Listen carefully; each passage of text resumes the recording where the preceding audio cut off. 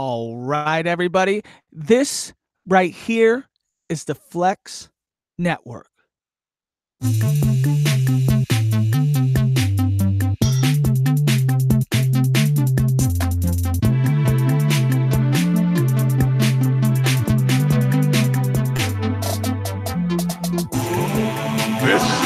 is the Flex Network. This is the Flex Network. Flex on them. Flex on everybody. This right here is the Flex Network. Yeah. Flex on the G. Flex.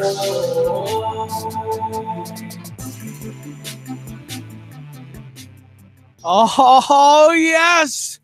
Technical difficulties. Where would we be without them? Probably into the sky on some other shit. But we are here. WrestleMania 35 is upon us. We are going to be giving our preview show today. We're going to be making our picks. I'm going to tell you guys who I don't give a shit about because some of these matches I really just don't care about. Not of any issue to the wrestlers because, I like them. But some of these matches I don't care about. But today we got a big thing going on. This whole weekend we got a big thing going on. I got some coffee from an unnamed green strawed supplier, total white girl, ready with this. But I got my partner on the other end. We are the Flex Network. He's coming online. We're getting the links out there. But WrestleMania season, this is a big week. Not only just the weekend, but the week. Okay, I've been listening to podcasts, radio shows, everything that you want and everything that you got as far as pro wrestling goes on, and it's going on this weekend. Michael, are you ready? Are you ready? What's up, Matt? What's going on, man? Sorry. That was an intro, dude. I appreciate that. You need to work on your Triple H deep voice growl there. Yeah. What? That was a good one. That was a good growl. You need to be sick, though. You need a little phlegm built up in there. All right, here's what I'm going to do. I got about 1/4 of this, and I'm so hyped up right now. Wait, watch this.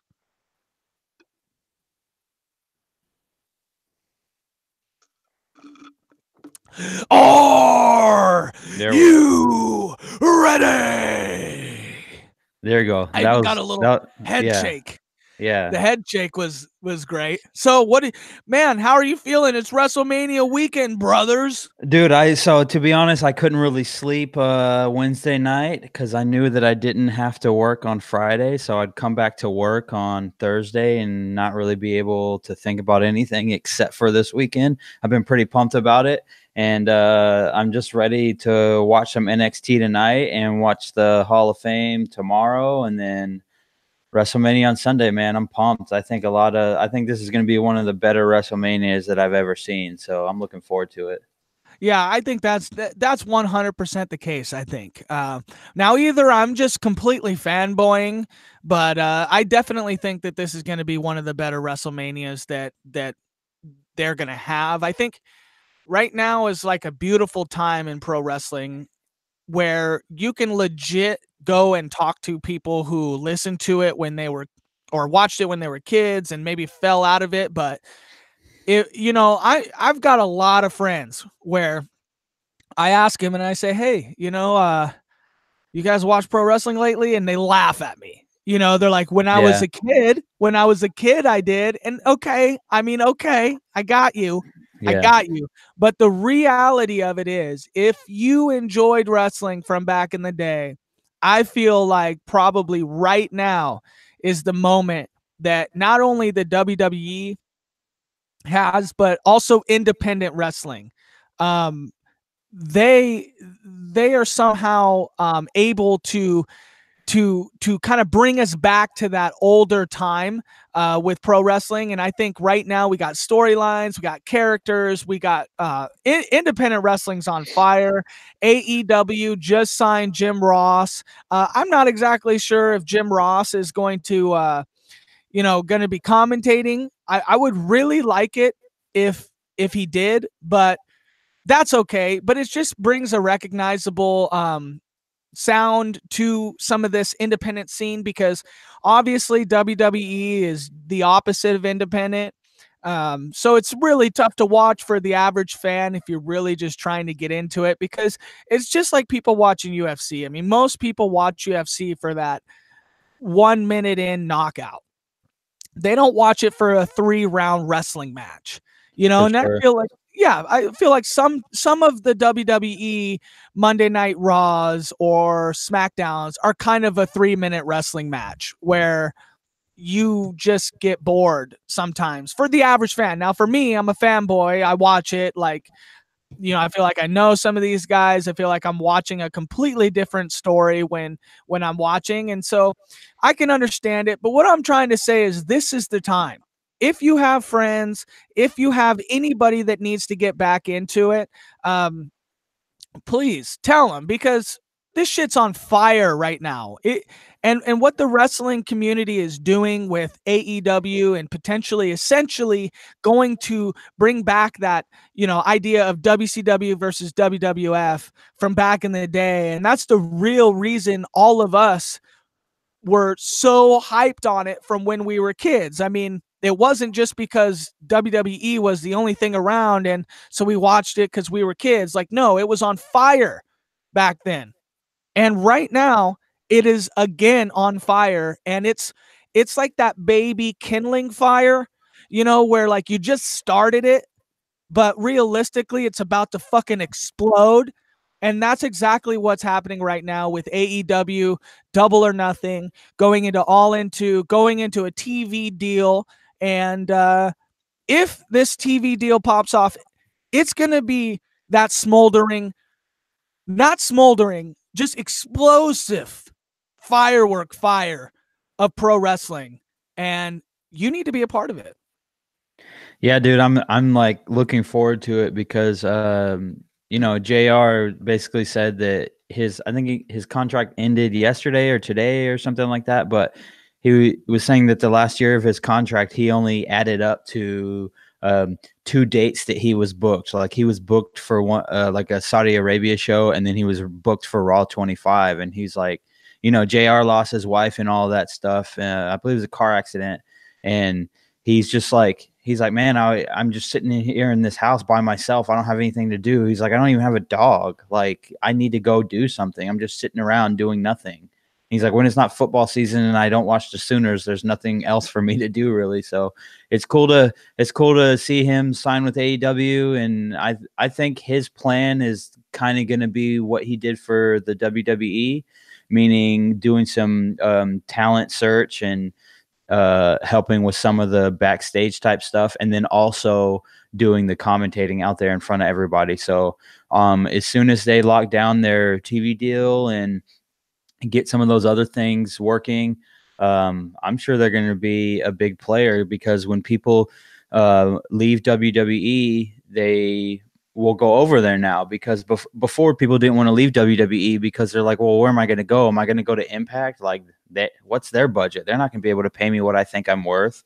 And the only other option outside of that for the longest time was Ring of Honor and New Japan Pro Wrestling. So just seeing that there's like a heavy hitter in the States now, if that's what they end up being, that'll be awesome. And they're backed by the Khans, who are the family that owns the Jacksonville Jaguars, and apparently they have a ton of money. So they'll be able to do some things. So I'm looking forward to that. But and the Khan family, it's actually the son essentially of the owner of the Jaguars, who right. was born into money, but is a successful businessman on his own, and he Right. has completely backed pro wrestling and loved pro wrestling again when he was younger. I would assume that dude's got to be our age ish, maybe. And it's, it's a beautiful thing.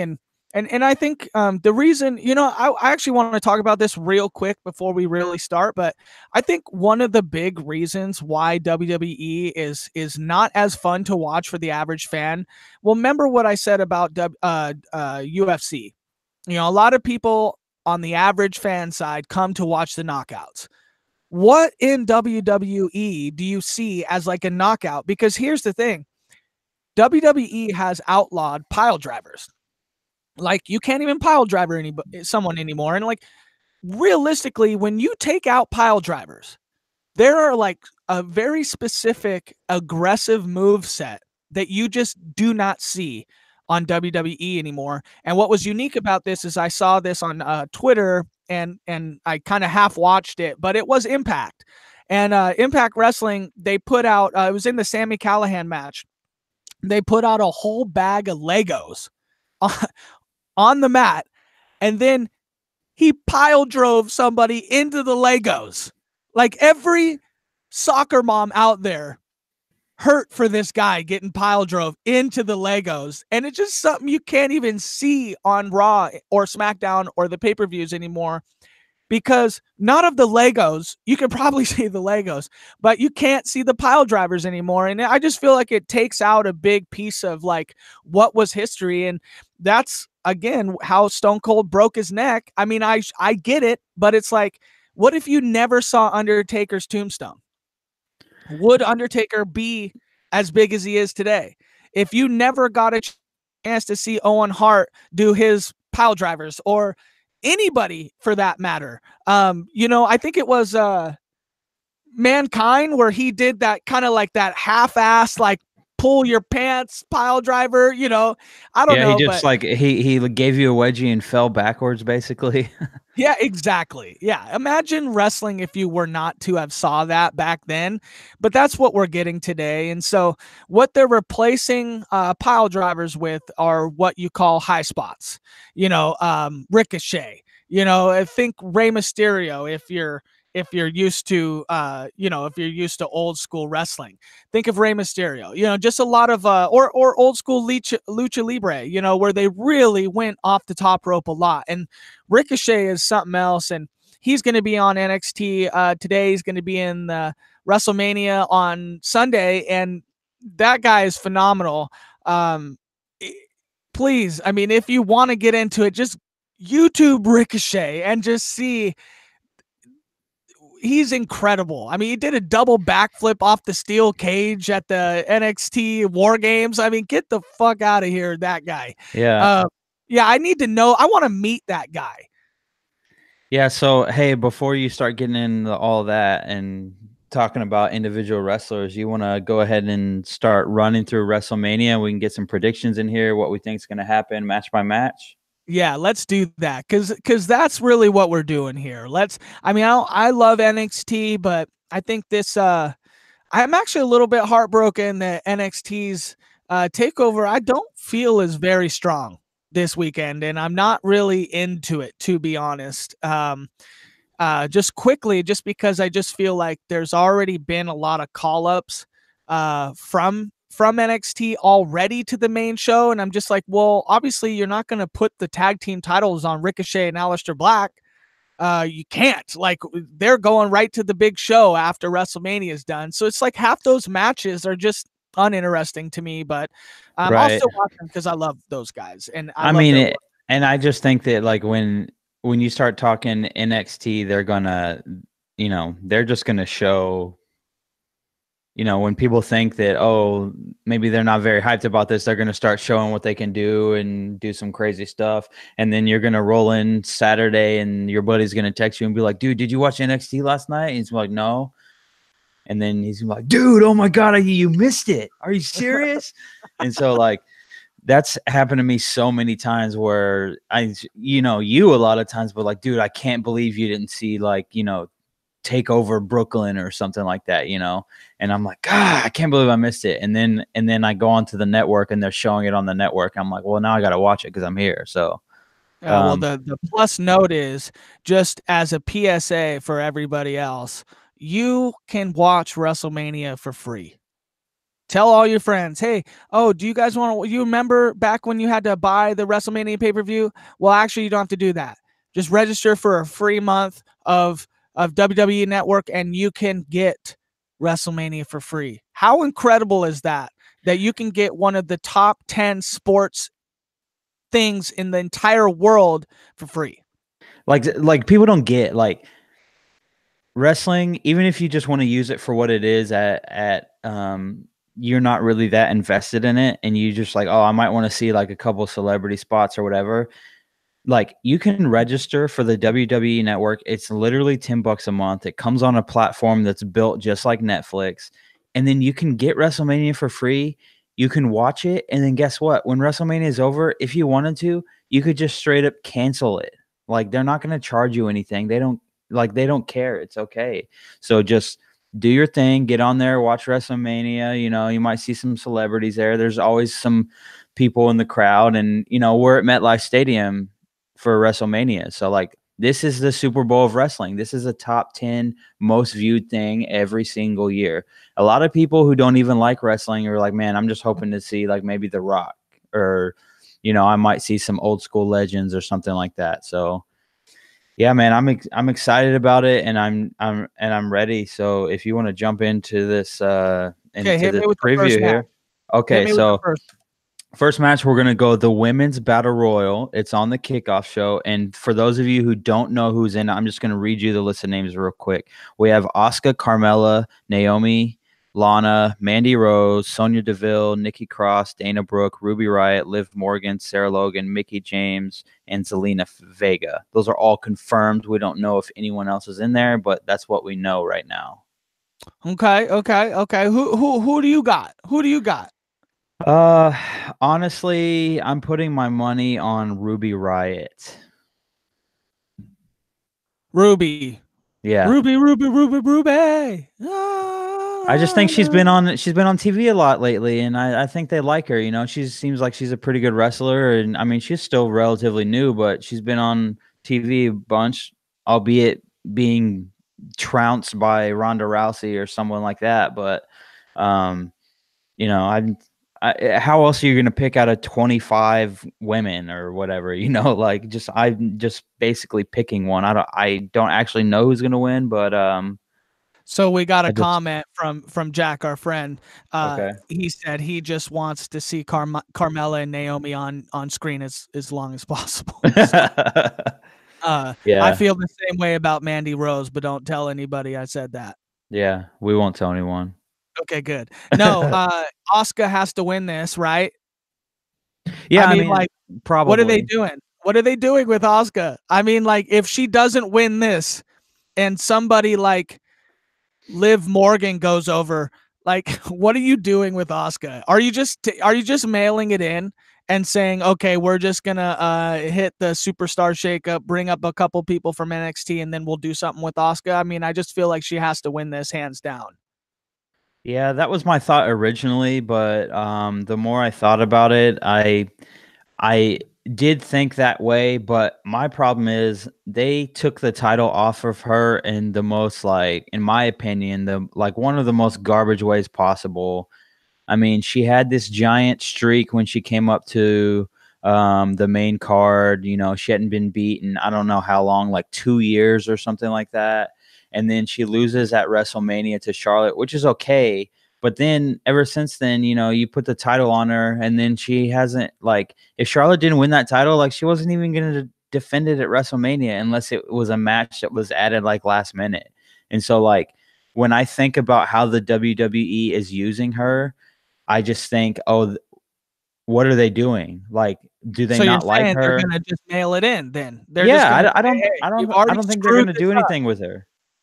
They have to though. That's what I'm saying. They literally cannot shit on this girl anymore and then hope to try to save face just because that the hardcore fan understands that, oh, starting Monday morning the new year of WWE starts and then we'll just erase it and then go. Like, I feel like they have to say, okay, we kind of messed up. Let's give it to Asuka. Let's get the general, because the general fan will be watching. They might be interested in it, and then be able to go from there.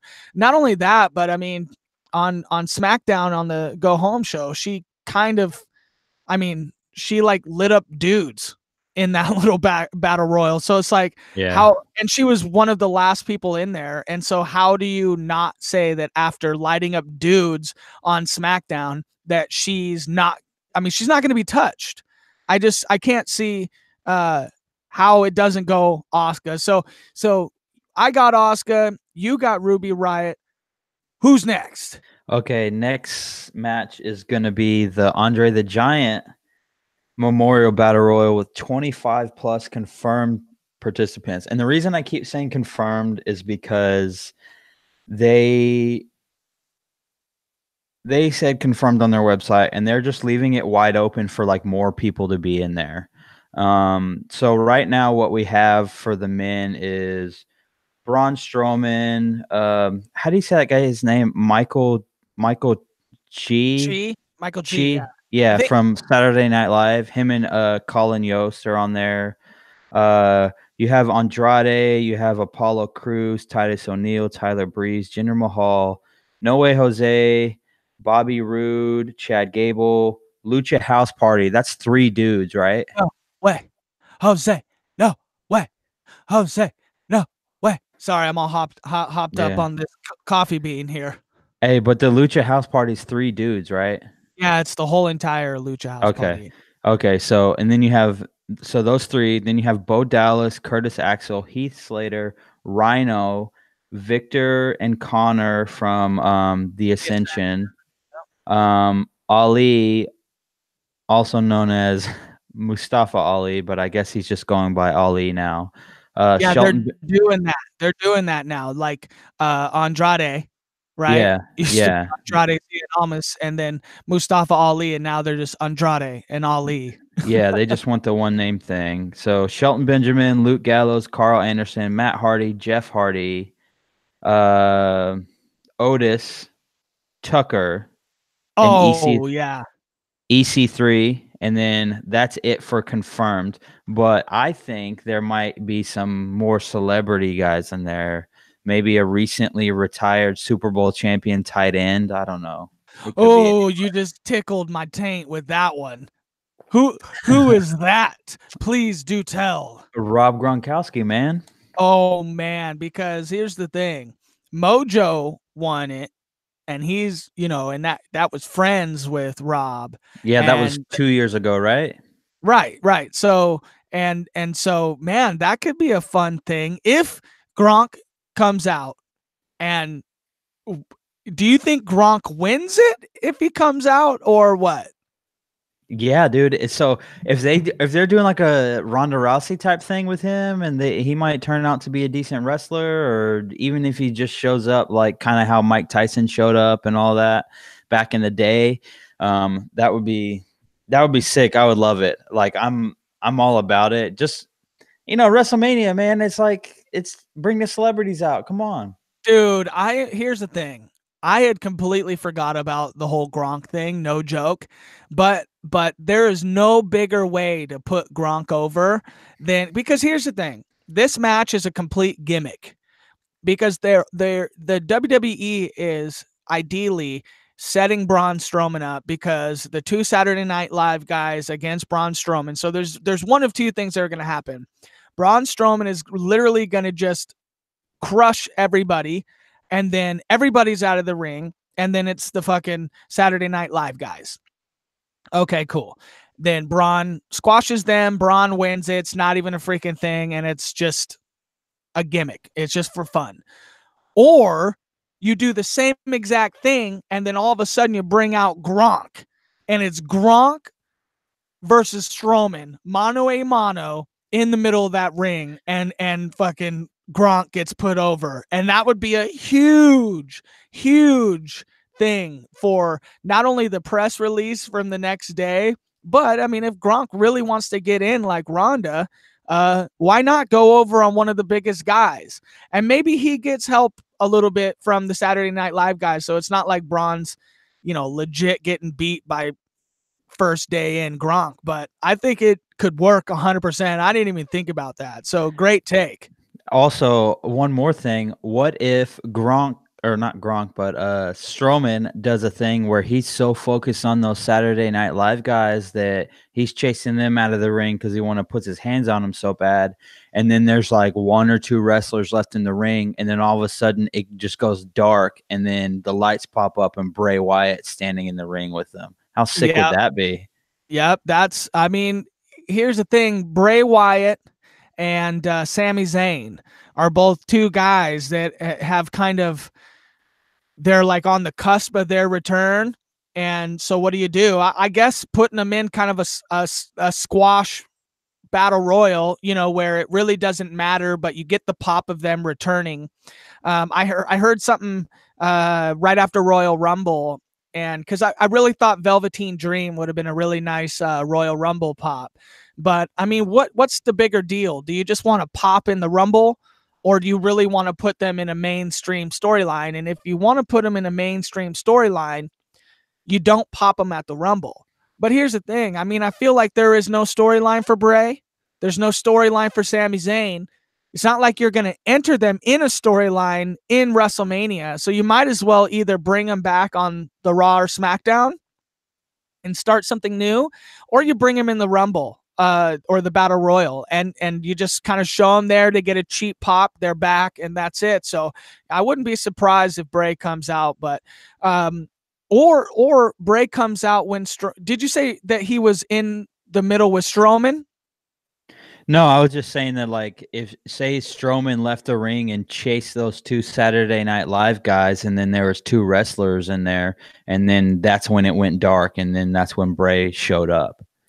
Yeah, I would really be interested to see that Bray, if he does come back. I would like to see the reunification of Bray and Braun.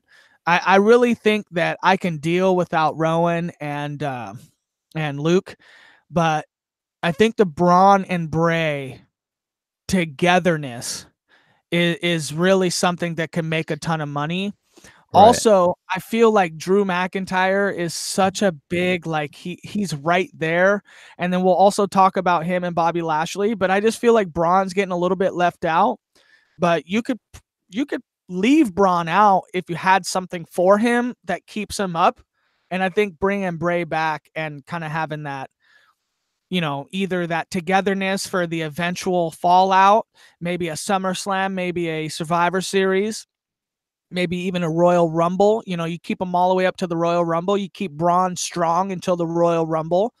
And then, you take him and Bray all the way to WrestleMania. You really could do something like that, where instead of Bray controlling Braun, you got maybe, like Bray's the only one that could hold Braun back and just say, hey, this is the beast. I can't, I'm the only one that can contain this beast. And yeah, and it's not a physical I can beat him up or anything. It's like I have him like manipulated, and I have the mind games working and stuff like that, where all I have to do is look at him or something like that, and I've got him under control at that point. Yeah. I'm gonna say Braun gets the win. I mean, it's not, I'm not saying it's a squash, but there's just such a possibility that like Bray has other plans, or they're just gonna say we don't have enough for him unless they're going with Braun. So I'm just gonna say that maybe it's just a cheap match, and they get no extra pops, no Gronk, and we're gonna go Braun. Right. Okay. So what's your pick? Braun. I just said that. That's what I literally Braun. just said. Yeah. Oh, okay. I don't know who I'm. Who do you got? Hurry, quick! Oh, 5, man. 4, 3, 2, 1, go. I'm going Apollo Crews. Apollo Crews. Yeah. The statue is bigger than Apollo Crews. Well, I'm aware of that, but it's just whatever. No, that was actually real quick about this to leave it. When they had Apollo Crews standing next to the statue, I had thought the statue was so much bigger. And then it's like up to Apollo's pec. And I'm like, dang, they really get the great camera angles on this Andre the Giant statue. It's small. Yeah. Yeah, What's but next? Apollo Crews was actually, or the statue was sitting up on the apron also. I don't That's believe. something to I remember. don't know if it. I don't know. I'll have to look back at it. But next, Apollo Crews, garbage. Okay, Get out of so here. just so you know, those last two are on the kickoff show, and then this one coming up right here is also on the kickoff show. You have the Cruiserweight Championship match, Buddy Murphy as the champion versus Tony Nese. Next. I'm sorry. I don't care. Me I don't either. care. I That's a don't. pee break match. I'm peeing at that time. I'm Yeah, fixing up some more pizza rolls, maybe cracking another beer. I'll look yeah. over to my shoulder and it's done. Okay, now I get to sit back down on the couch. Okay, for the sake of it, who are you picking? Next, I don't care. Okay, Anyone can cool. win because I really don't care. Cool. Good talk, Actually, you guys. know what? You know what I do care? I want a Drew Gulak run in, and then somehow Drew Gulak wins. Okay. Can we make that? Because he's the only one I give a shit about. Right. So I'm gonna pick Drew Gulak in that match. Yeah. So you're really eating pizza rolls on WrestleMania Sunday, huh? Well, now I have to. So Yeah. Jack says there's better snacks on deck, dude. What are you doing? oh Okay. my god. Okay. So, okay. So now we go to the main WrestleMania card, and so the first match, I don't know what the actual order is, but this is the order that I've ranked them in. Okay. Okay. So next up, we have the Raw Tag Team Championship match, which is the Revival as the champions versus Zack Ryder and Kurt Hawkins. Okay. Okay. Okay. So I don't really want to talk about this match because I don't think it's this is kind of a pee break match again. Okay, so thank God I get two pee break matches. So now I know I'm about to hold my pee the whole entire rest of the show. But I'm gonna think Kurt Hawkins gets his WrestleMania moment and takes the W. Not just because it's been long enough, but because the WWE clearly hates tag teams, and like on another level they clearly hate tag teams, and I honestly don't like the Revival, but not because like I haven't or okay, I haven't gave the Revival a chance because I'm such a WWE like storyline guy, and I really don't think they've treated the Revival correctly enough for me to even get into the Revival. Yeah, they're um boring for sure. yeah, I mean, honestly, if I can have Heavy Machinery replacing the Revival, then I would be into it because then I give a shit about watching that. Because not only are they fun to watch as a tag team, but they are legit contenders. Like if they had the fucking tag team titles, I could see them going against the Revival, going against fucking bring up the War Raiders, and then Akam and Razor, and then the Bar, and then the Usos, and then it's like you need to just freaking unify the tag titles, just like you're unifying the women's division, because it's so much better to not have them separated, to not have two or three strong ones and then the rest of them are shit.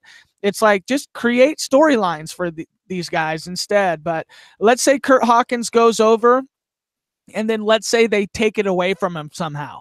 Maybe he like maybe he gets the 3 count, everybody pops, and then the ref said, oh no, because the Revival was kind of doing that for a little while where they were like getting wins in like precarious ways. So like maybe they get the pop for the win, and then upon further review his shoulder was up, they restart Oh. the match, and then fucking then win. So okay, let's go the Revival winning because they get a false finish win and then they restart the match. Okay, I'm down for that. That sounds good. Okay, next. All right, next we have the SmackDown Tag Team Championship match, which has the Usos as the champions versus Ricochet and Aleister Black versus The Bar versus Rusev and Shinsuke Nakamura. Okay, so Usos 100% are my pick to win because if they're not going to unify the titles, then the Usos are by far, in my opinion, like the not only the tag team that needs to be the start of the year because they're so good on the mic, but like if they decided to do something with any call ups, Usos cannot have a bad match. But I really feel like if you go and you make like Rusev and Nakamura the title holders, they're just right now a placeholder team in my eyes, and I would rather them get repackaged into singles matches after this. But yeah, I would say the Usos 100%. Not only that, but they're like my favorite tag team of all time. Well, not of all time, but like of the last, whatever. They're fun to watch, and I really enjoy their promos. Yeah, I like the Usos a lot, but I don't. Looking at this, trying to create an argument for myself, I'm like, okay, Ricochet and Aleister Black, are they going to win the titles? No. And then I look and say, will the Bar win? I could see them putting the titles back on the Bar, but what's the point? And so that's and Rusev and Nakamura, like you said, they're two singles wrestlers being a tag team for whatever reason, and I don't like it. I haven't liked it from the beginning. It looked dumb, and the Usos are easily the best tag team, and so that's just kind of where I'm at. I want the Usos to win. But see, here's what I'm trying to say again. Like the Authors of Pain versus the Usos, that's a great tag team match. The Usos versus Heavy Machinery, that's a great tag team match. The Right. Usos versus the War Raiders, that's a great tag team match. Like I don't care. Like they will not have a bad match against anybody. And that's why they either need to retain for a long time and then they are just gangsters that cannot lose the belt ever, or the WWE is going to do what they always do and shit on tag teams. And I just can't wait until the Undisputed Era gets into it. And then, I could actually see them holding the belts for a long time. Those guys are great. And I want to see them up on the main roster too. A couple of the tag teams in the NXT are actually where tag teams should be. They need to just scrap the whole entire NXT tag team division and bring it up to the main roster. Right. Okay, so what match do you think I went with next? Orton Styles. Incorrect. I went with Kurt Angle versus Baron Corbin, which is a farewell match for Kurt Angle. Let's be honest, dude. Kurt Angle's old as heck. He can barely move. He can barely take bumps, all that stuff. This match isn't going to last very long. There's a lot of rumors about John Cena potentially showing up because, John Cena's first match on the main card was with Kurt Angle back in the day. And so we're sitting here thinking Baron Corbin is probably at this point the most hated person in WWE. A lot of people say that his promos seem rehearsed. He's not even he's just annoying. He's not even a heel that you want to hate. They're just tired of seeing his face. He's not even that good in the ring. All these things I've been reading online. How you feel, or is that how you feel? I mean, I do feel that way about a couple of the things I said. I don't agree with all of it. But yeah, I don't think he's a very good heel. I think he sucks, and that's all I'm going to say about that. But I don't think the match will last very long. Okay, hold on. I actually am a huge Baron Corbin guy. Oh my God. Because number one. All right, podcast over, guys. See you later. No. This is the coffee talking here. Okay, number one, when you look at what Baron Corbin was and now what he is completely different after being the first ever dude to lose his Money in the Bank contract that he won. And he basically lost it so bad because the fans were so against him. But he cut off all of his hair. He has one of the most badass finishers. Like if you play WWE video games right now, how is the End of Days not your primary finishing maneuver? Because it's a fucking great finishing maneuver. And I do love it. It is good. That is a very good finisher. I don't care if his promos are rehearsed or not.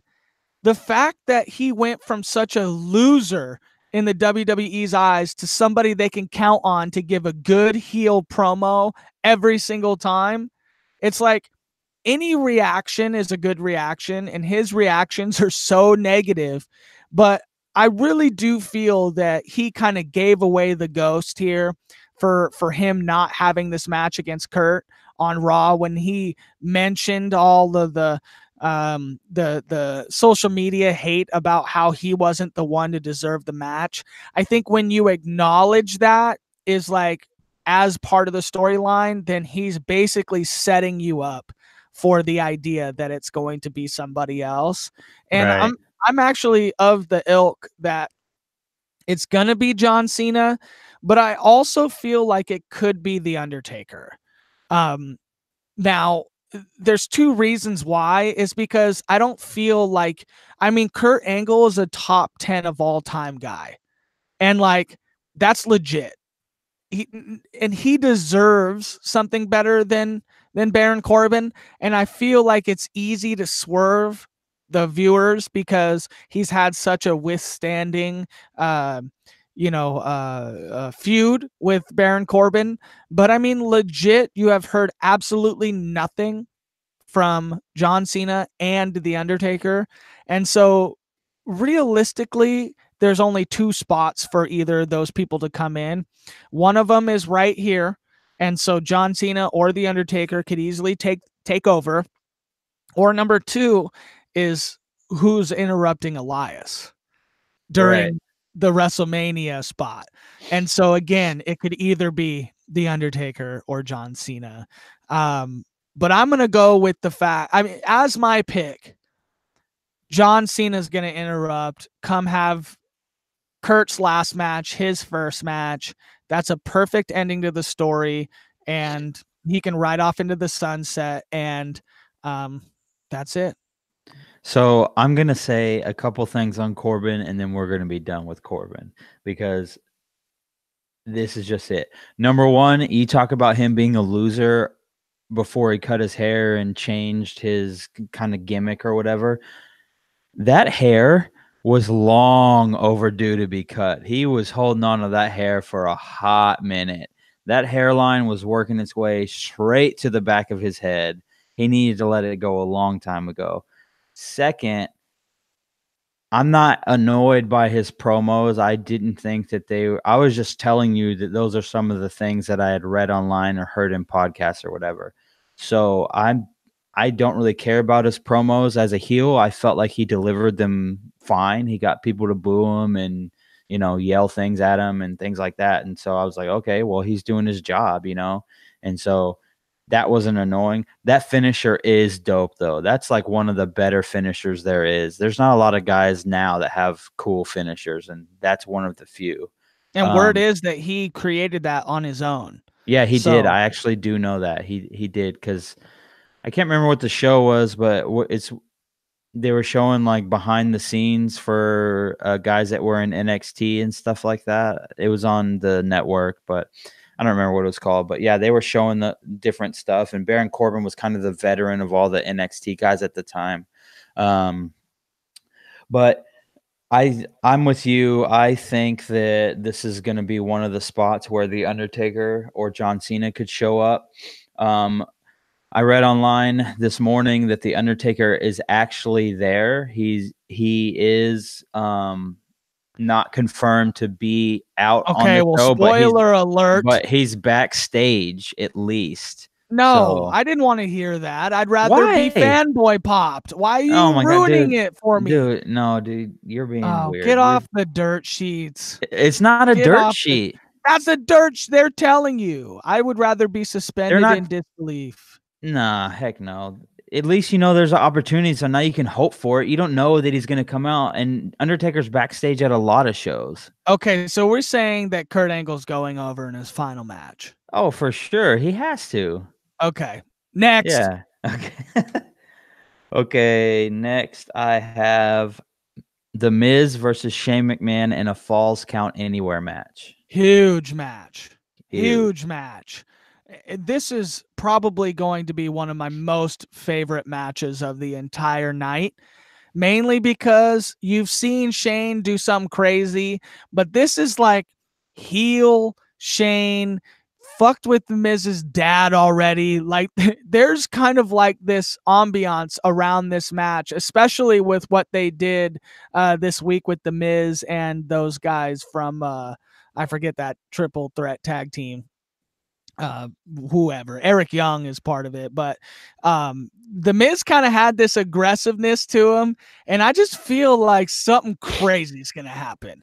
Like some people are debating online that the apparatus that they put around the ring, that Shane's going off that bitch somehow.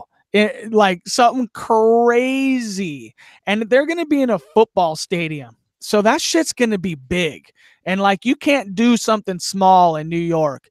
But I feel like we get the final, not the final. All right, who's laughing here? What's going on? Dude, Alec just said, I feel like Shane is going to go for 7 coast to coast. 7 of them. What is he, Brock Lesnar now? Yeah, He needs he's like going for 6 or 7 of 7. them. Dude, what if he does coast to coast from the fucking apparatus above the shit all the way to the other side of the whole entire universe? Yeah, dude. So That's either me being super high or him being crazy. Either way. Dude, so the thing about this Shane and Miz match that's interesting is like you have that feeling like, man, I just feel like something crazy is going to happen in this match. And anytime Shane McMahon is in a match, I'm like never surprised. I'm like, I've seen that dude, speaking to Kurt Angle, you know, get belly to belly suplex through glass back in the day, up by the ramp and the stage and all that stuff. And then you see him jump off Hell in a Cell. We saw him at the Royal Rumble do that shooting star press, which I at the time thought was a banned move ever since Brock Lesnar tried it at like WrestleMania 20 or whatever that was. Well, When he Shane almost owns the broke company, his neck. so Well, yeah, in theory. he can do whatever the fuck he wants. Yeah, so I thought it was banned, but when I saw it, I was like, yes, it's happening. I loved it. And so that was awesome. But I think you're right with that. I think something wild is gonna happen again. Because I believe in Shane's mind, he's like, man, I gotta one up what I did last year. And they're like, oh, well, Yeah. how do you one up jumping off of a 50-foot cell? Well, I don't know. Let's jump off of a 100-foot cell. Yeah, exactly. All of our friends are popping listening to this because Shane, like, just think about Shane and like what could potentially happen, and you can literally come up with the craziest match ever. Falls count anywhere. So where are they going? Like, are they gonna, dude? Oh my God.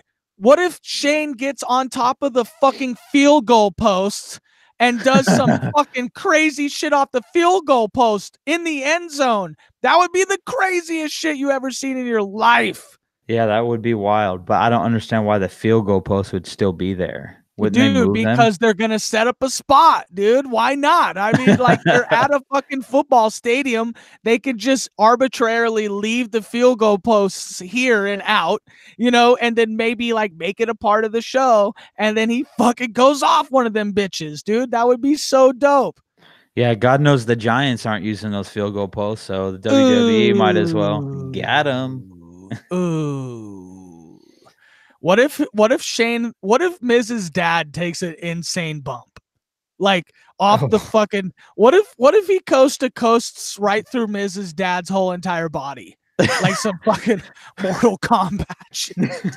puts both of his, he drop kicks both of his legs through his chest. There's just a gaping hole in his chest. Alex says that Shane McMahon should fly above the stadium in a helicopter and do a shooting star press out of the helicopter through the roof of the stadium and land on the Miz in the ring. What do you think about that? Dude, I am going to be all sorts of hype for this match. And that's all I got to say about it. But I feel like there is no absolute way that Miz is not going to win this match, go over as a new babyface, run the table as a babyface from here on out, because I need to see Miz versus Daniel Bryan. I need to really see that match as some of a nice culmination.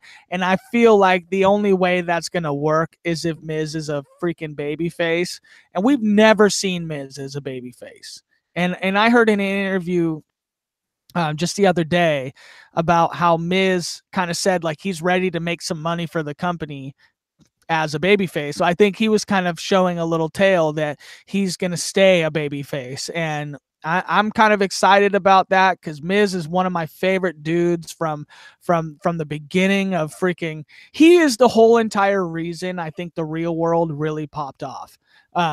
His season, because he basically had a real bad racism problem from like when his town that he grew up in was essentially like all white, and he like never seen a black person till he got to the real world, and then he had to live with one, and then a gay black guy too, and it just was such a culture shock for him that he had such a big like awakening as a person, and like he just used that to follow his dreams, and now he's on the biggest stage ever 13 years later, having been the title holder, having actually main evented WrestleMania. The Miz is a fucking legend.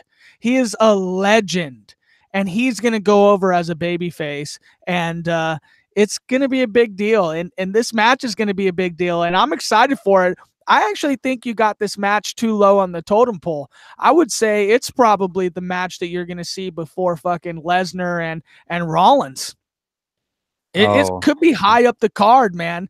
If I don't people know, are man. sleeping, hey, people could be sleeping by the time this 8-hour event gets to hour 6. And Right. so if the fucking Miz and Shane come out and have this explosion of a match, then you're going to be like, all right, follow that, Rollins, follow that, Becky and Ronda and Charlotte. And it might happen, but I got Miz Right. going over as a babyface. Okay, yeah, I think Miz is gonna win too, but one I don't know, man. I just feel like something just insane that we've just never seen before is gonna happen, and so that's gonna be one of my favorite matches on the whole card. You So think I'm taking Miz's dad is gonna tombstone Shane and bring back? Okay, I'm just throwing things against the wall, but yeah. yeah, go Miz, Um, go Miz. We're okay. Mizzies, we're Mizites. Okay, so next match is the women's tag team championship match, which has Sasha Banks and Bailey as the champions against Beth Phoenix and Natalia against Nia Jax and Tamina versus the Iconics. Oh yeah, 100%. This WrestleMania is going to be iconic. No, that's Did I garbage. do it? Did I do it? Yeah, I sure. did it right. Yeah. Yeah. You need Oh, long hair. Iconics need to You need get. like long hair and boobs for that. That's not working for you. Well, I got boobs, but I'm hiding them. Okay, cool. Yeah, no, Um, Iconics, 100%. They're not only the best tag team as far as in the ring. They have chemistry. Whereas when you saw Sasha this Monday, she kind of, I don't know, it just looks like it's forced. Tamina and Nia though, they also kind of have this thing about them that's really good. Who's the other tag team in that match again? so you have Beth Phoenix and Oh Natalia. yeah, Beth is looking really good too, actually, but Yeah, I she don't looks think like they she can could win. still wrestle. They're not gonna Yeah, win because she's not gonna be around for long. yeah, but she's an attraction. That's an attraction. But Yeah. that's and she looks really good actually. She what's kind of effed up about that whole thing is that Natty actually should look like Beth Phoenix because they're probably similarly aged, but instead you got Beth Phoenix looking like she actually takes it serious, and then you got Natty looking like she's just there and enjoys the time in the spotlight with her cats. But I like the Yeah. Iconics to go over, and they're just like the Usos. They can really play on the mic. I'm not sure yet about them having a match with everybody just because the team division in the women's is so fresh and so new. But there's no way I don't think you put the belt, on them.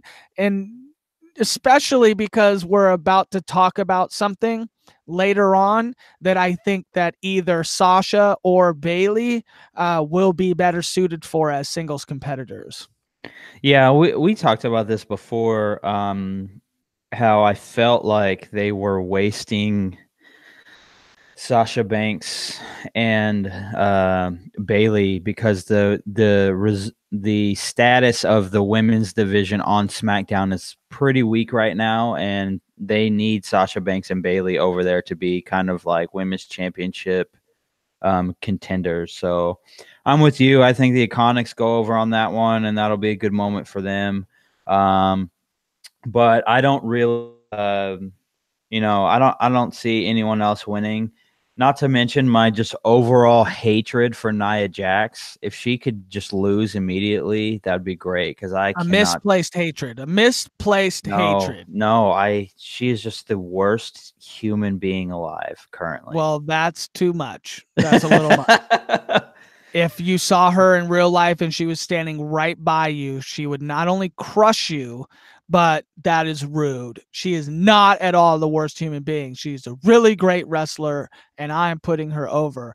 The problem with Nia is there's not enough big girls in wrestling. So it's like, honestly, putting her against anybody, she's going to crush them. So it's Right. like, it's just really tough.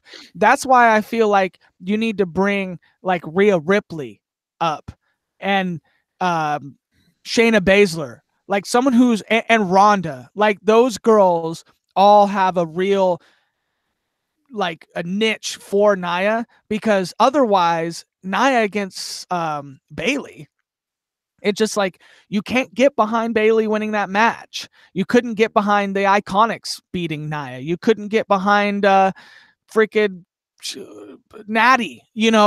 You can't. It's not going to work. So it's just really tough for Nia. You either put the women's title on her and just let her go and never be defeated, and then set up a big match. But then even if you did that, it would just be boring. So she's good. She's good for a SummerSlam main event against the title holder, and then maybe there's some maybe a roller up for a win or two. But honestly, she's really tough to beat in general. I don't really get why you don't like her. Well, I haven't liked her because it started with some of the injury stuff, but then to me, she ruined the Royal Rumble. We talked about this on our last cast. I don't like her because I felt like she ruined the Royal Rumble. I felt like they could have done a lot of cool things there with the final. Like, you had mentioned bring back Finn Balor as the Demon out and get his shot to win the Royal Rumble to face Brock Lesnar at WrestleMania, which I thought was a just fantastic idea from a creative standpoint. But they brought out Nia Jax, and it ruined Royal Rumble for me. I'm like, this is garbage. I hate this. I was actually mad when Royal Rumble was over. I was in a bad mood. Yeah, it wasn't. Yeah, the Royal Rumble this year was not a very, not very good. So we got a comment here from Peter, one of our friends. He says it's going to be Sasha and Bayley. They have barely defended the titles, and you've got to build up the belts with wins for the champs. I'd love to see the Iconics win it at some point down the line, but right now, keep the champs. Keep it on the champs to build up the belts, and that's good too. So my whole thing, and I guess I'll just talk about it right now. With the unification of the women's belt, I feel like there is a women's intercontinental title coming down the line. And if you don't put that belt on Sasha, then that belt has zero clout, like with me, because you can't have the main event people like a Becky, Ronda, Charlotte, Asuka, and then you have the B-listers who are like Nia, Mandy Rose, what's that girl that's with Mandy a lot? What's her name? I forget her name. It's not good when you forget her name too. No, right. I really like her though. I forget her name though, but yeah, I really like her, and Sonya Deville, and she's great too. And then Ruby Riott. But when you have all these B-list characters that not only can't hang in the ring, but they can't hang on the mic necessarily, then I feel like you got to have an intercontinental title. Then you can have a lot more storylines, a lot more things to do with the girls. And if you bring up every girl for this, like Rhea Ripley, Toni Storm, Shayna Baszler, Io. Well, you're probably going to leave Io. And then the Pirate Princess, I love her too. Yeah. Kairi Sane. If you bring Yeah. up all the women and actually float the title between two brands, all this stuff, then I feel like the Intercontinental title, there's enough to go around there. And so, but I feel like Sasha is the complete deserving holder for the first women's Intercontinental title. And so I feel like that's the real reason. So here's the thing, like, I understand Peter's theory of needing to keep the belts on the champs to kind of make a definitive champion, but it's so new that you realistically could have them drop the titles and do the same thing with the next champs throughout the start of the year versus, you know, try to keep it strong at the end. I don't know. It works both ways. Or you could put the Intercontinental title on Asuka or something, you know, but then again, you'd never have Asuka lose at that point. So I don't know. But I'm going to say the Iconics 100%. Next. Yeah, I'm down for Iconics too. Okay, let's see. Okay, so next we have Samoa Joe as the champion versus Rey Mysterio for the United States Championship.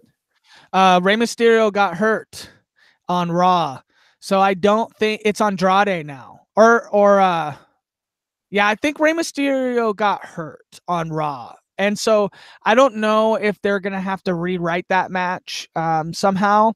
I'm not sure to what extent he got hurt on Raw. I'm not sure if he's still going to give it a go because that whole storyline was kind of driven like around Ray's son or whatever. So I really don't know what they're going to do. If they have the match, then obviously Samoa Joe's going to win. But if they don't have the match, then they might put Andrade in there. Either way, or Mustafa Ali. I mean, either way, Samoa Joe's going to win. I don't really care. I don't think it matters. So Samoa Joe. Yeah, I didn't think that there was any way that Samoa Joe was going to lose that match anyway, but you know, that sucks to hear about Rey Mysterio. I didn't know that he got hurt. Actually, I didn't hear anything about that. So Yeah, I that's just that's unfortunate. Jack, our friend, he just says big guy versus little guy. It's always risky for the big guy, definitely, and we just don't want it to be boring. So this is just one of those things where the fact that he even said he doesn't want it to be boring, like, means that it definitely has the potential for my next pee break because I'm just not as invested in anything Samoa Joe's doing right now. Not because of Samoa Joe, but because there wasn't enough build up. And if Ray can't go, even the match with Ray, I mean, I've seen it a couple times already. And so I don't know. It's kind of tough with SmackDown because sometimes I feel like because they don't have as many superstars, like I've seen this match already. And so I'm just not as interested in it. So, but Samoa Joe, I don't know. Unless they feel like they're going to elevate him. But Samoa Joe, 100%. Yeah, first of all, speaking of Joe, I feel like he's been deserving of a title for a long time. He's really good. Not to mention, he probably has the best entrance music in the entire WWE currently right now. Because that's that old, I believe that's that old like King Kong song that they use, and then the whole crowd chants "Joe, Joe, Joe" when he's walking in. And I don't know, man, it's the coolest. And I've always liked Joe, whether he was a heel or a face. It's just So he's apparently good in the ring. from Jack, he just posted something saying that Bleacher Report had a hot take saying Rey Mysterio has an ankle injury, and then it's a hot take that Cena might be replacing Rey Mysterio. Well, here's the thing: it's like the tough part with that match is you've kind of set him up to be on the show at defending the title. There's not very many people that you can put in that match that can honestly have a match with Samoa Joe, like to the level that it'll be still fun to watch. And that's why I say Andrade. Andrade is like my favorite wrestler right now. It just as a complete package. And so he's one I would say that you can put in there. But yeah, John Cena definitely. But that's a crazy take. I don't see them wasting a John Cena match on Samoa Joe unless they were going to take that storyline and Right. run with it. Okay, so we both got Joe. Let's go next. Next we have Bobby Lashley is the champion against Finn Balor for the Intercontinental title. Finn Balor is supposed to be debuting as a demon. There's a popular take out there that Finn Balor has never lost as the demon, and I'm pretty sure he lost to Samoa Joe as the demon not too long ago, actually. I don't know that they would say that if he did, because I don't think he did. I'm of the same, like I said, ilk that he hasn't lost as the demon. Okay. See, that's what I was thinking. I'm just gonna hit a quick Google search here and Yeah, I'll take the cast over while you're googling it. Yeah, no, Bobby Lashley is not an Intercontinental title holder. And Finn is this exact reason why you can have an Intercontinental title. You give it to somebody who is completely A grade, like a Shawn Michaels and like a Razor Ramon, like a Miz, who is definitely like ready to have the title, but just can't. But you don't put on the belt one of those guys that could be the heels for your grade A faces for the heavyweight title, which Bobby Lashley, I think, for a minute there, everybody was talking about him as a guy that they're not doing very much with. And then all of a sudden he has an Intercontinental title. It gave me nothing. I didn't like it. What I would like to see is the Intercontinental title on Elias. Because Elias is fucking amazing. But here's the thing, Elias can do what he's doing for the next 2 or 3 years, just playing guitar and not having anybody, and he would still be so ridiculously over that it would be just crazy.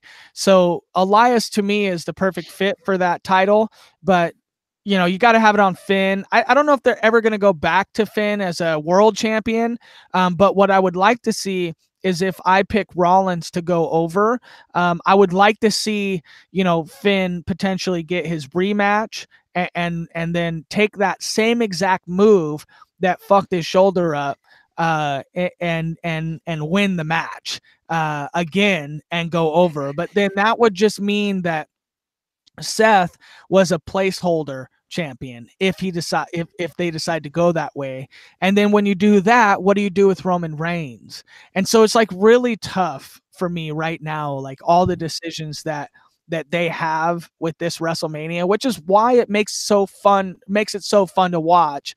But honestly, I think you just put the title on Finn and you go another route. So and Demon Finn, again, it just makes Demon. So I would assume, are you back now? Did Yeah. you figure? Yeah, Okay, I got it so figured out. is he undefeated? He is not undefeated. But on the main card, he is undefeated. He is lost as the Demon to Samoa Joe in 2016 in NXT Takeover. In a steel cage match to Samoa Joe. Yeah, the Demon in a steel cage match at NXT Takeover, the end in June 2016. Yeah, so he's lost once, never on the main card as the Demon though. Okay, so that's But what WWE does a lot of times. They yeah, they will literally be like, "Hey, if it didn't happen on the main card, it didn't happen." So it's right. like that's probably what they're doing, because I distinctively heard like the announcer saying that the Demon was undefeated, and so they just are trying to make you forget about it. Either way, um, Finn goes over, gets the title. He's the better Intercontinental title holder. He can have great matches with anybody else that wants to challenge. Also, if you bring Undisputed Era in from NXT, Adam Cole and Finn would have some great matches. Actually, Adam Cole and all those guys would have great matches. So maybe Finn would like essentially like work his way up through to get to Adam Cole, and maybe that's a SummerSlam match. That's a great match, and I would love to see that. So Right. yep, So I got Finn. yeah, I'm taking Finn Balor on that one also. Next. Okay, next, a match that you're hyped about. Okay, wait a We, second. Are we saying that the Intercontinental title match is going to go before Wait a second. So, oh wait, okay, never mind. Ricochet and Aleister Black are in the SmackDown 4-way, right? Yeah, that already happened. We already went through that. Yeah, they can't win that. All right, go ahead. Next. Okay, next, a match that you're hyped about, but I think will probably end up being garbage. We have Triple H versus Batista in a no holds barred match where Triple H's wrestling career is on the line. Yeah, I am hyped for this match. I don't know why. At first, I was not at all, and then for some reason, give me what I want. Give it to me. Give it to me. Give me what I want. And then him just as he spits all over the microphone. Yeah, it was legit. And then then the next week, Triple H is reading the letter. He's like, "Give me what I want, what I really, really want." It's just like, and then he clowns on him, and then Batista comes back, and this is what really set it off was the promo video on Raw where he just was destroying Triple H throughout the years. And it really tied in the whole ambiance about how Triple H never defeated Batista. And so until that video, I was kind of on the edge, but that video really, really brought me in, and it led me to like think that Triple H really needs to get this win to cement his personal career. And he's also beating a now superstar that has always been kind of like a B-level superstar compared to Triple H's A-level superstar, but obviously went outside the WWE, and in my own opinion, like has a character in the Marvel universe right now that, unless dies in the Guardians of the Galaxy, is one of the biggest characters in the Guardians of the Galaxy. He's probably, I mean, he just came out with that new movie, or is coming out that new movie where he like trains a 9-year-old to do like crazy cool stuff. But it's like, that's probably why he's here. But at the same time, for it being a gimmick match, I'm actually into the idea that, you know, he comes back, he fucks Ric Flair up, and then he like legit says like, "I fucked you up, Triple H, look." And then this, you know, vignette of doing that, like, really brought me in to it. And I'm just like, damn. But what I hate is that Triple H is like, "Oh, I'll retire if you beat me." Well, that doesn't, you know, now I kind of know that you're not going to win, or you're not going to lose. And so like, that's the only thing I didn't like, but I really, I like this match. I think it's fun, you know, and what is there's a stipulation, no holds barred. Yeah, it's a no holds bar match. Yeah. So what's that going to mean? Are we going to see a sledgehammer or what? Yeah, we're going to see a sledgehammer, and right before Triple H hits him with it, he's going to put his hand over the sledgehammer. So he's not actually hitting him. He's just going to drive it into his gut when it's really his hand that's hitting him in the gut, and then he's going to pretend like his whole life is over at that point. It's going to be pretty cool. Yeah. I like I said, I'm for it. They give me about 10 and 11 minutes of some good stuff, or what? 15, 20? That's 15, a lot. 15 tops. It's okay. This match cannot go over 15 minutes. From the bell. Yeah, this might be my pee break match. Okay, stopwatch match. That's what I'm gonna call this. Let's see if it goes over 15.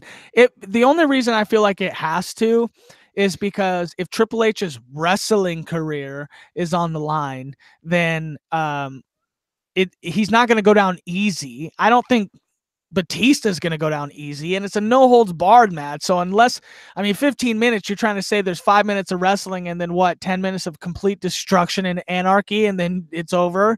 Like, yeah, I don't know, but I got Triple H just cause. Yeah, I mean, me too. That's what I was thinking.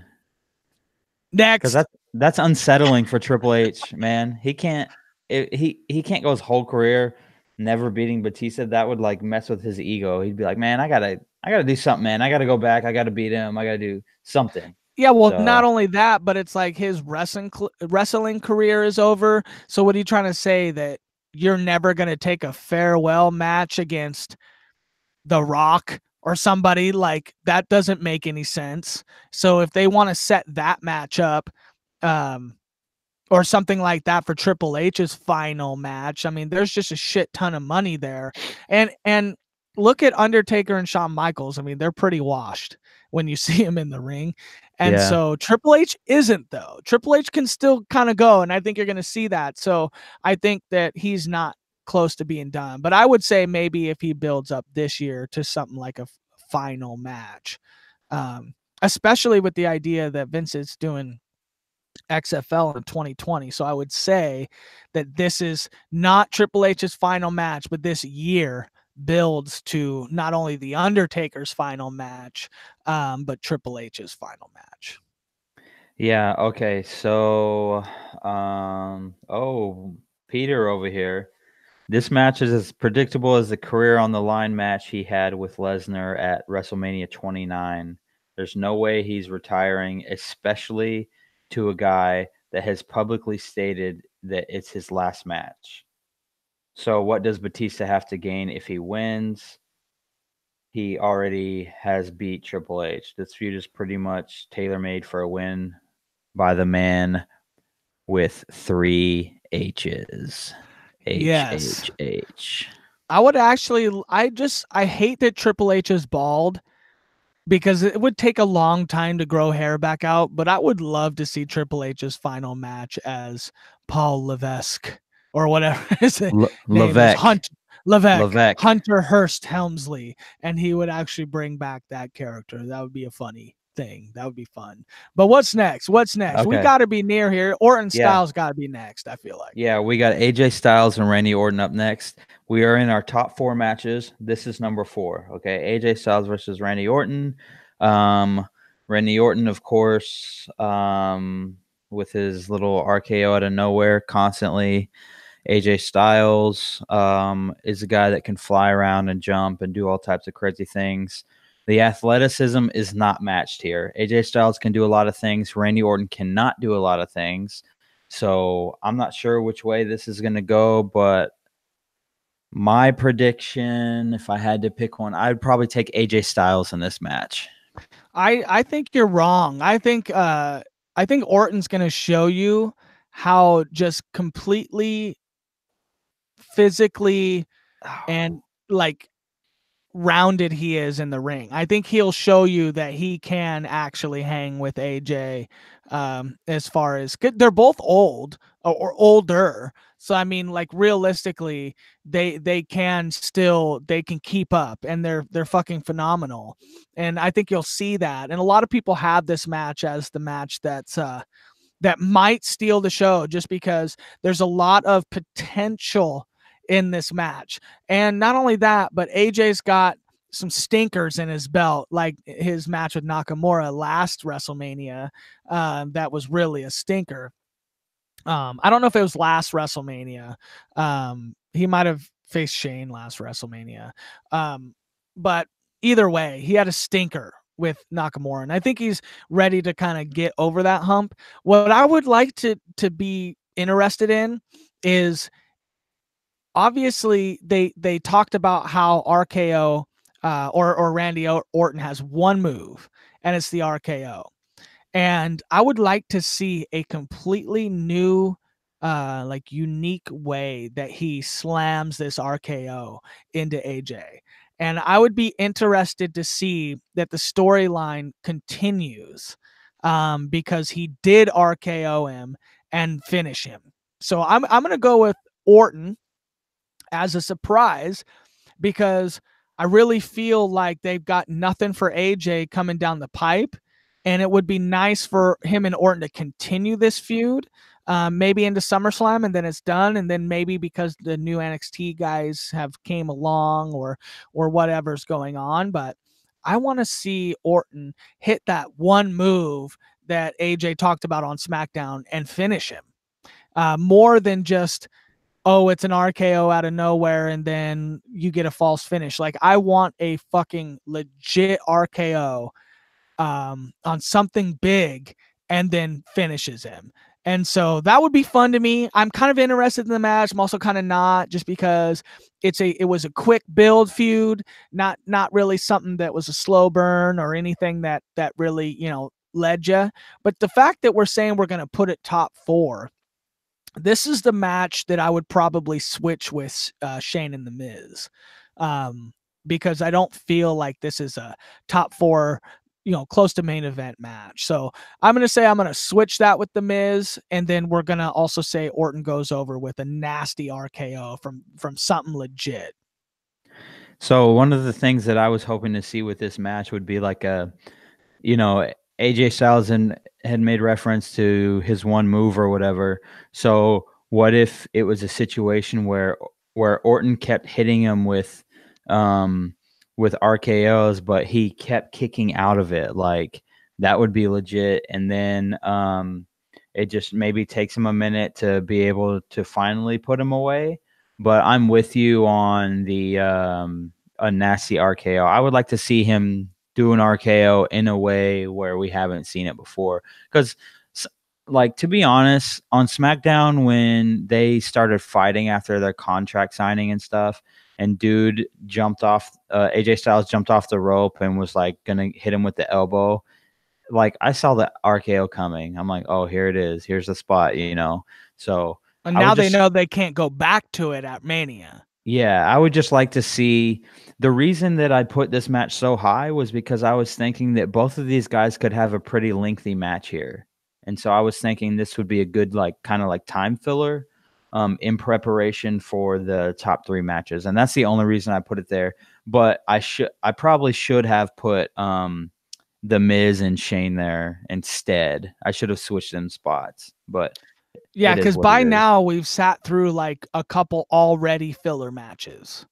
And so, like, you got to hype the crowd up. That's the only reason why I would say, if you bring The Miz out and Shane and they do something crazy to signify the final coming to these last 3 matches.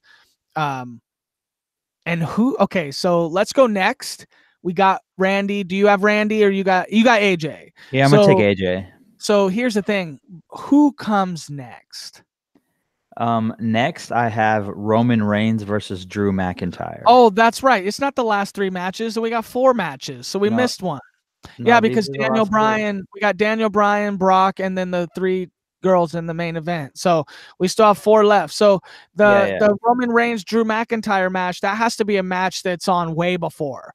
I would say like right after the tag team title match or something. Because I don't know that this match has got that much juice. Not to be on the final 4. The Roman Reigns Drew McIntyre one. It's just got no juice. I Well, mean, it's I just, I agree with you, but the reason I put it up so high was because I think the WWE is seriously making a push to make Drew McIntyre the like top heel. And yeah, so that's the reason I put him so high, because I think they want to make him look strong. And I think there's a high possibility of Drew McIntyre just coming out and just absolutely burying Roman Reigns. Like, there's no reason why they wouldn't do that. That's a very, like, Vince McMahon thing to do. Like, just, this is a guy that used to be, like, your top dog or whatever, and now you're going to use this heel over here, this giant of a human, and you're just going to bury Roman Reigns. yeah, but if you bury Roman, then why'd you even bring him back? Like, Because you you could have. you you bury him to kind of prove to the fans, like, hey, we're not force feeding this guy down your throat anymore. And then maybe you can turn him into more of a face where even after all of this cancer survivor type stuff goes away, that they won't boo him when he comes out. Because whether he came out as a heel or a face or whatever it was, he was being booed all the time. It was like to the point where WWE on TV was having to like mute the crowd, like turn the crowd volume down, because the boos were just like so loud. It was ridiculous. Yeah, I actually think that the leukemia thing was a work. I mean, me and we've talked about this before, but I also think that, but Yeah, I don't but know. my problem is, if it was a work, then why'd they bring him back so quickly? I don't get it. If they were really gonna work it, bring him back on the Monday or Tuesday after WrestleMania, and then be able to say, something different. But I don't know. I think they maybe got in way over their head with this leukemia thing, and then they're like, hey, like, if we let it go any further, like it being a work, then we're really gonna have to make sure all of our P's and Q's are like, or eyes and T's or dotted and crossed, because the longer you P's get and into a Q's. yeah, the longer Dot you your get in P's and cross your Q's. yeah, exactly. The longer you get into a lie, the easier it is to like fuck it up when you're trying to make sure you've got your shit down. So I don't know. This is a pee break match for me. Again, pee break, and yeah, I don't think Drew's gonna win. Um, just because I think it's a feel good story for Roman. And then, no, actually, you know what? I'm going to change that. Drew's going to win, because you got a couple potential feel good stories coming up. There's no way you can blast the emotions of the fans by right before the three biggest opportunities for feel good matches to have Roman go over. So I think maybe the Claymore is a fucking disaster. Like, if Yeah. you get hit with that, it's a freaking tsunami. Yeah, Like, it's a wrap. It's over. he's great, and I really want him to be that top heel. But the problem is you'd have to put the title on him. Like, you can't have him lose 2 or 3 times against the face champion and expect him to be worth anything as a heel.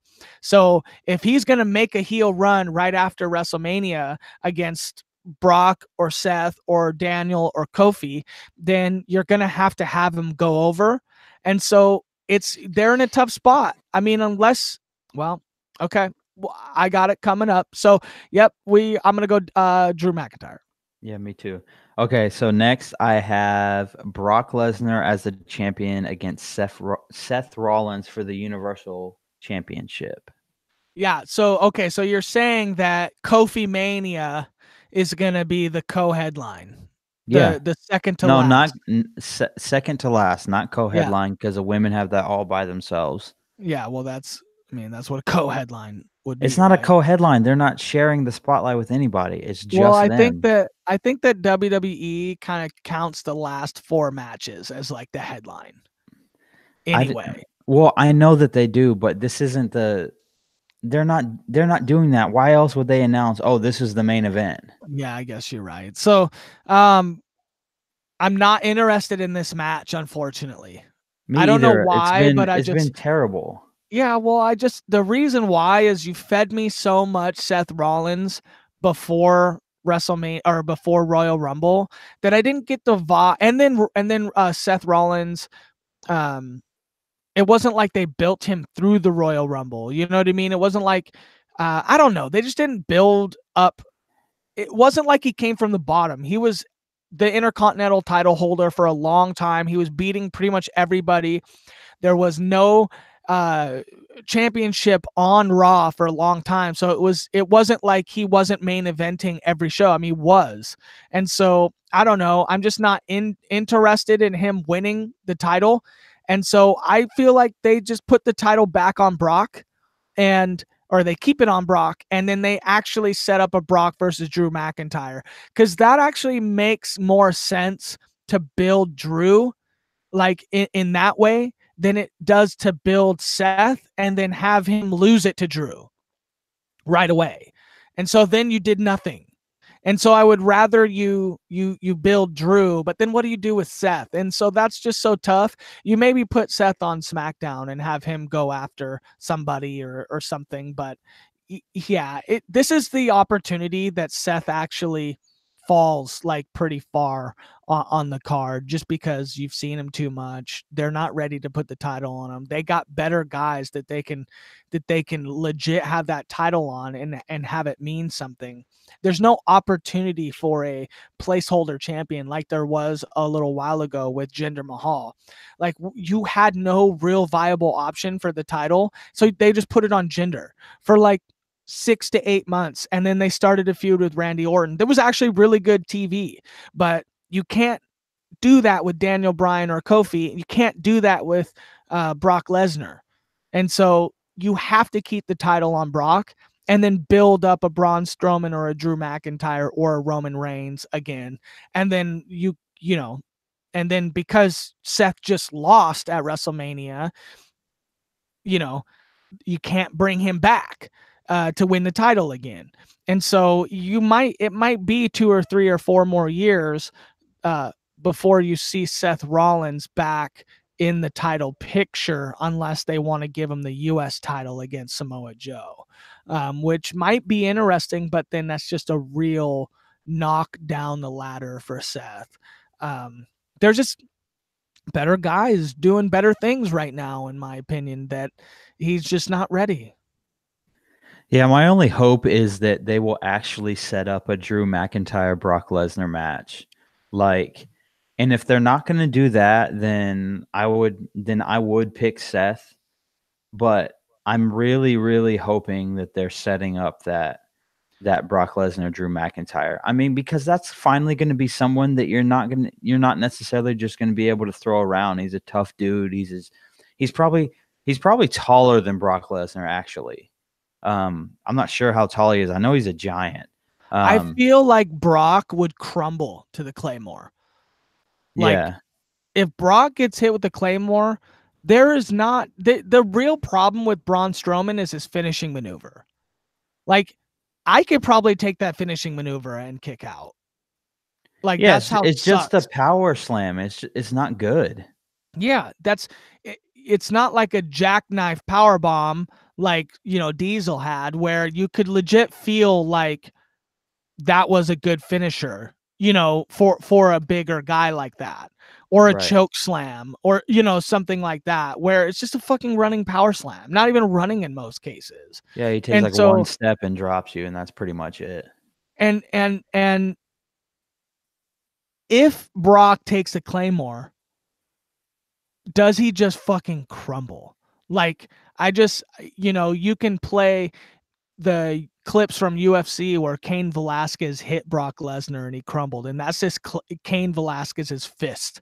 Like, imagine a fucking running Claymore.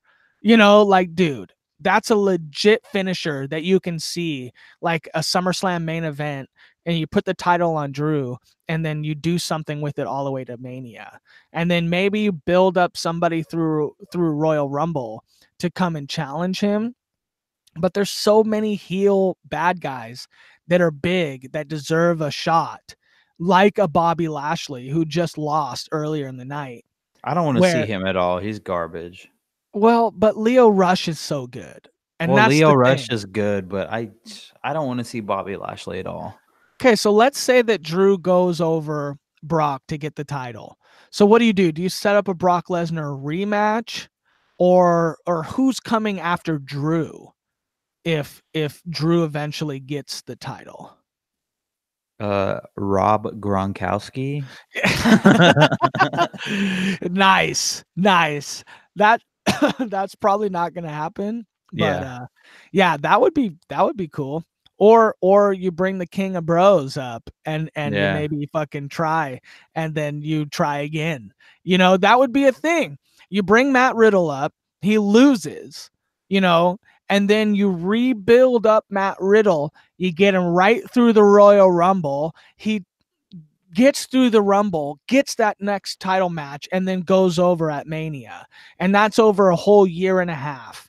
And then you put your title on Matt Riddle. I mean, that's a year and a half storyline through a guy fighting his way up, beating a Seth Rollins, beating a Roman Reigns, beating a Braun Strowman. You get him to win the title in a year and a half, and then you set up him versus Brock Lesnar, which is what he's been trying to set up himself on social media since the start of his career in pro wrestling. And that's a 2 or 3 year thing where you can see them going that route. That makes sense. Okay. Having Seth go over Brock now, you have the Roman Reigns storyline. That's it. Yeah, I mean, I don't know if Seth wins, obviously that opens the door for a lot more wrestlers to go in there and challenge for the title, right? Because he can do a lot of things. But if Brock wins, you have to set it up for Drew McIntyre. I just don't see anyone else that could really mess with them at all. And then Bobby can. So you can set up a Bobby or a Drew. oh my god, I don't want to see that at all. Well, the problem of setting up the Bobby match is you don't want Bobby to go over. And so, No. but you can set up that Bobby match in the interim, because you can have Leo and Paul Heyman just essentially going after it, while you got the two big behemoths just staring at each other and looking at each other, and Yeah. it's got Leo versus Paul Heyman, and that's cool, but that's not a match that's gonna put Bobby over. But that is another way to go about it. But there you go. There's two really good storylines and scenarios that could come after it that you can't do with Seth. Maybe you can, but it's not as big of a win or a loss for Bobby if he's going up against Seth. It's not, especially when he just lost to Finn Balor. You know what I mean? Right. So I don't know. I'm gonna say Brock. That's my pick. Okay, and I'm just gonna go opposite of what you say just for the heck of it. So I'm gonna pick Seth Rollins. Okay, that's all Ju- right. just for the heck of it. Okay, and then next I have the SmackDown Championship match, between Daniel Bryan, the champion, and Kofi Kingston. And This to be is honest, Yep. Go ahead. with this whole thing, it is my mind is like literally gone a million different places about like how this match should go, what I think should happen. And I think the place that I'm like finally resting on now is I think Kofi Kingston is going to lose, but I think that the New Day is going to cost him the match. Like the New Day is going to turn on him. You can't have the New Day turn on Kofi now. I don't What? think. If Why? you were to win, you could. Because if Kofi wins, then you can run the jealousy angle. Right. But I don't feel you can have the New Day just straight up turn on Kofi. Because here's the thing, that storyline does what? There's no titles. So really, you're just breaking up the New Day for TV. And then 3 or 4 or 5 months go by, and it's like, well, you've had them wrestle them, but there's no for what? Like for what was the reason? Why? Like, what are they wrestling for?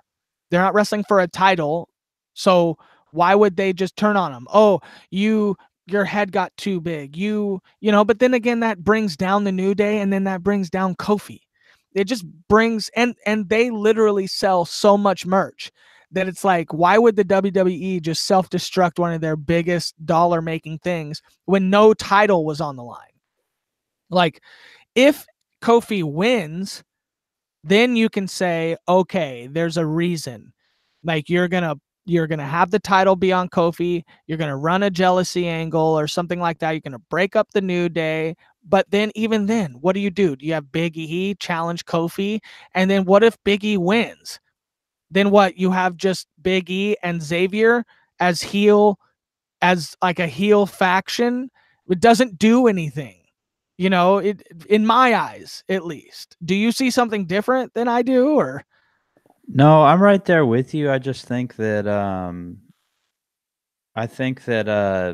Vince is into all of that weird stuff, and I don't know, man. I just feel like I've been getting a very like heel turn type of vibe from both of Xavier and Big E, and so like I just think that Vince is just kind of dumb that way, and I think that I don't know, man. There's just times where I'm like, oh, that's a Vince McMahon thing right there. And so I don't know, man. I've just been getting that kind of like betrayal type vibe from those guys when they were standing around him. I was feeling that way on SmackDown. I thought, oh, maybe they're gonna attack him right here, right after he signs his contract, you know?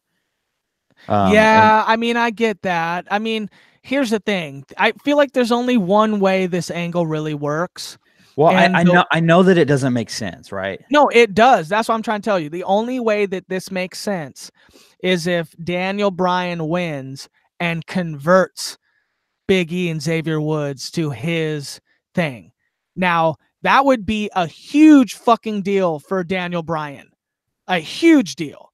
If he gets the New Day to turn on Kofi Kingston and see his way, and he wins the title, that then can now build extra reasoning for Kofi Kingston to get another shot or like battle again through the entire thing. But again, that's a one-off match, because if he wins at SummerSlam or Survivor Series or Royal Rumble or even WrestleMania next year, what do? Because then you just tore down this big entity that is Daniel Bryan, and you tore down the New Day. So maybe it's just to continue that idea that Daniel Bryan just gets bigger and bigger and bigger. And that's okay. You can do it that way. But do you think that Vince McMahon would legit tear apart the New Day to build up Daniel Bryan when he can legit? We were talking with our friends today that potentially like Bray Wyatt could come back in this match and help Daniel Bryan win. And so and join back up with Rowan. You know what I mean? And so here's the thing, like that is another way that you can do that gives the same kind of build to Daniel Bryan in the same way, but not ruin the New Day.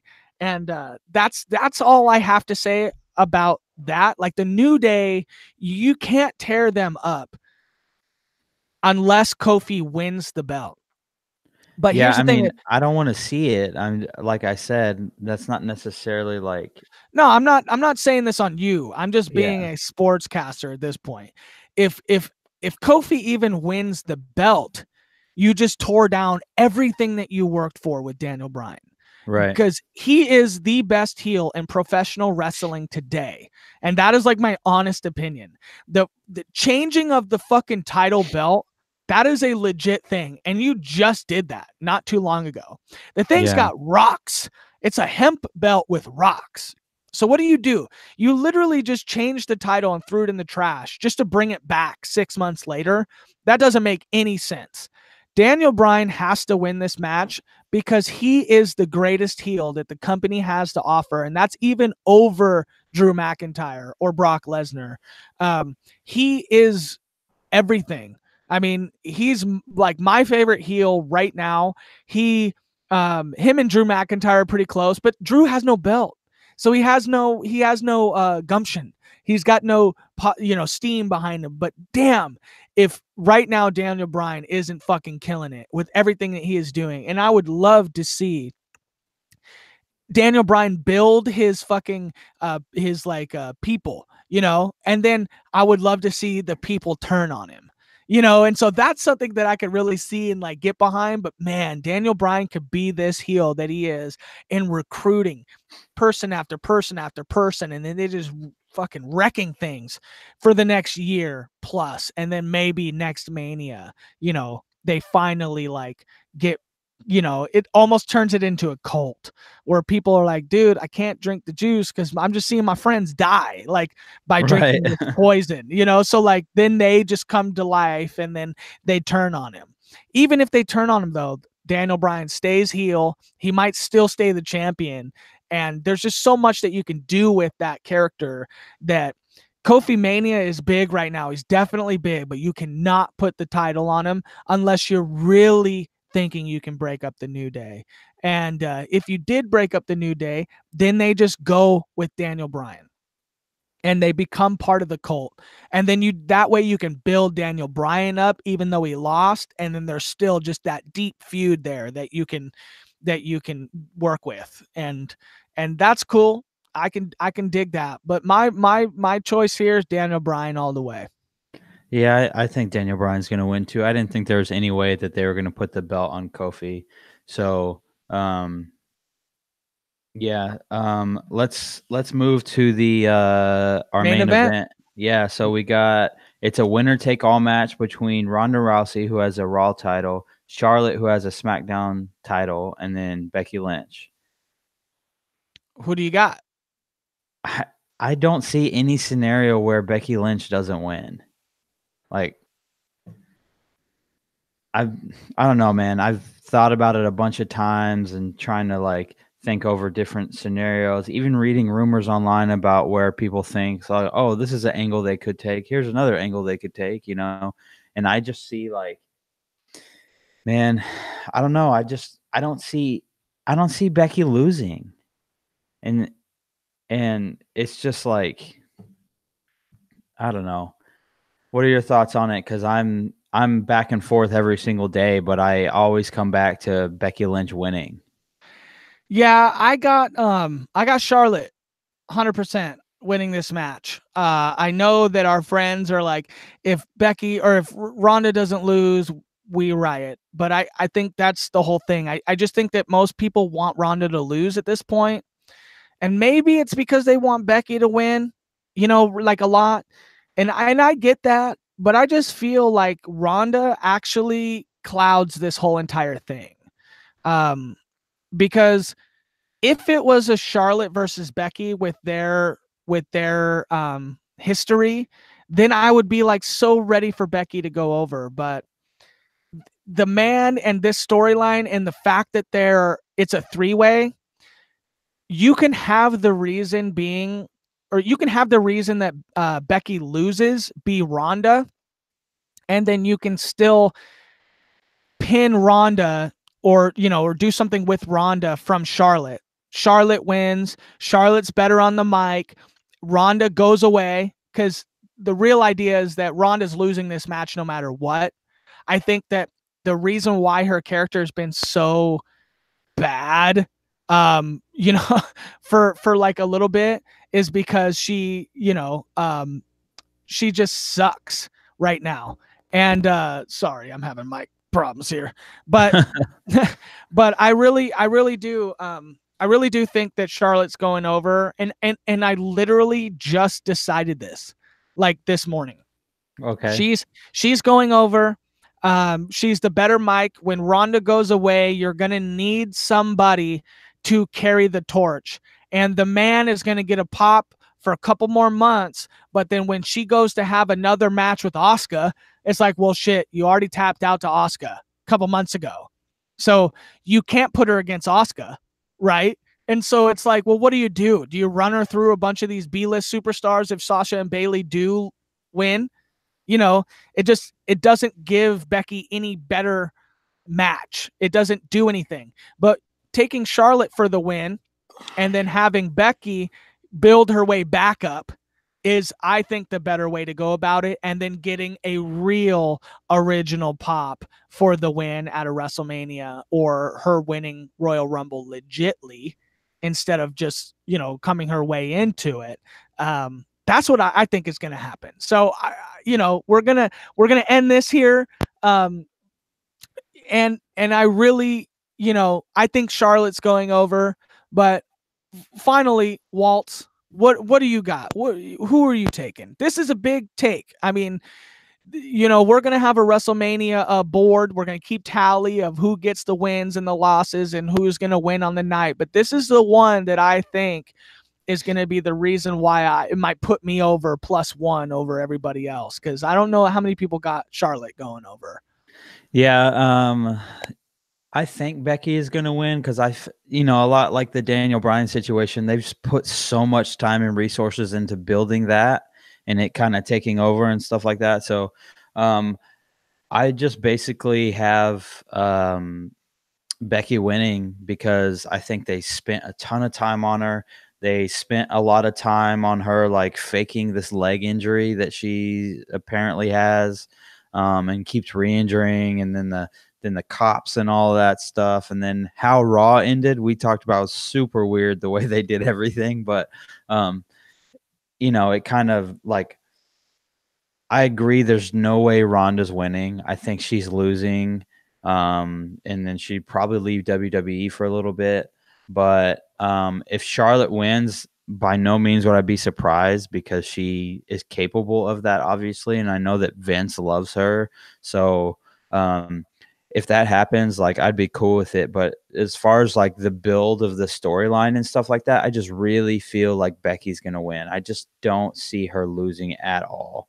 But the things that you're saying make sense, because what would Charlotte do? Like, as much as people like Bailey and Sasha and all that stuff, if they drop the titles and they go to SmackDown or something, and then Charlotte has to go over to SmackDown, they're not on her level. She's just going to dust them, no problem. And then there's no one else after them. That's like the two best. Was she supposed to wrestle Mandy Rose or someone of that caliber? Well, I don't think that they're brand splitting the women after this. I think this is kind of saying, hey, we're like winner take all. I guess they could end up saying, okay, well, you're either gonna have to defend both titles, or they just unify it. But if they unify it, that means all women on all brands. So it's not like Becky's or Charlotte's going to go to SmackDown specifically and wrestle SmackDown only people. She's going to be the girl that, you know, somebody has to come and challenge if they want to be number one contender for Becky.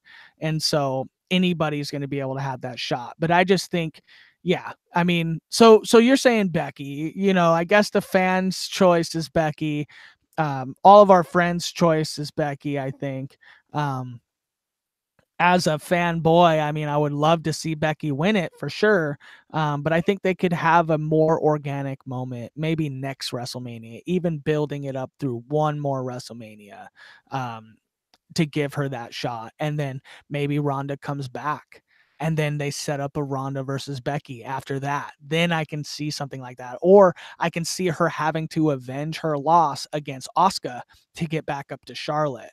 So I just feel like there's a better scenario. Plus, I'm a Charlotte guy myself.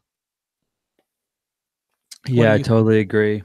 I mean, it just makes the most sense in the world for, I don't know, it makes the most sense for Charlotte to win, but just because I don't know what they would do with her after that, like we said before. But, you know, I think it's about time that we wrap this up here. So for Matt and Michael and myself, we're the Flex Network. Stay tuned. We're going to be coming back next time with our Sweet 16 of breakfast cereals. We're going to be ranking some cereals. Some you might love, some you might hate. So just stay tuned. But as for now, peace. All right, brothers. We'll see you later. Have a great WrestleMania.